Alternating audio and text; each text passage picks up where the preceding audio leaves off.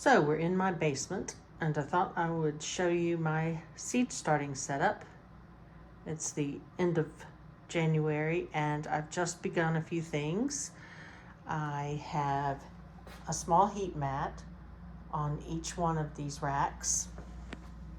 These heat mats aren't terribly expensive, and maybe they cost about $12 for these small ones. So there is one on each level, and then I have a light on each shelf. I've collected these over a couple of years. You can see by the color that they're blurple, but they actually do a very good job of keeping everything well lit. They're supposed to be a full spectrum light, and I have them on chains. You can see my chains here, so that I can raise and lower them.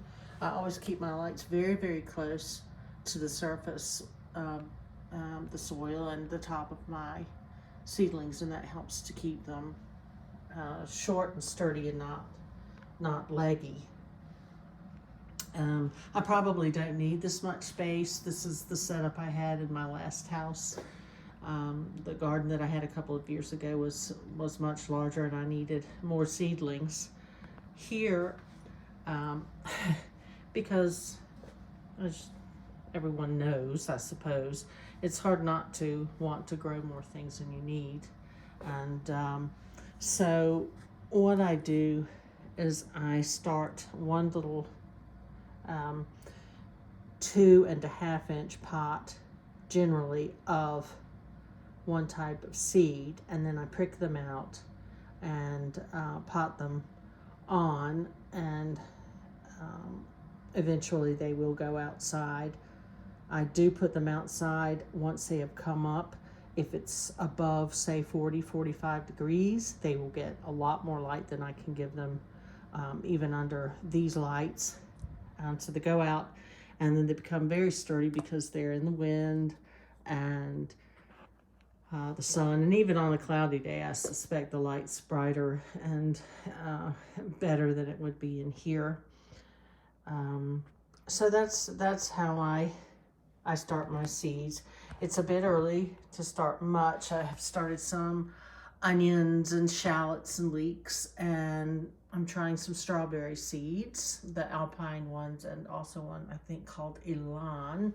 I've never tried to grow strawberries from seeds, and then there are some violas that I've started. Nothing's really come up. The alliums have started coming up a little, but it's really a little bit too early for most things. The snapdragons I'll start because it takes them quite a while, and they can go out before the last frost, I find. And here's a funny little experiment. I was trying to see if I could grow lettuce inside as one of my winter experiments for having greens to eat. And actually, they look really good. I think it's not a rational way to grow greenery, but it is a way to sort of entertain myself in the winter while it's too cold outside. You can see, if you really look through the window, there are my raised beds with their covers on because it's been in the low 20s at night, and so they've had to be covered.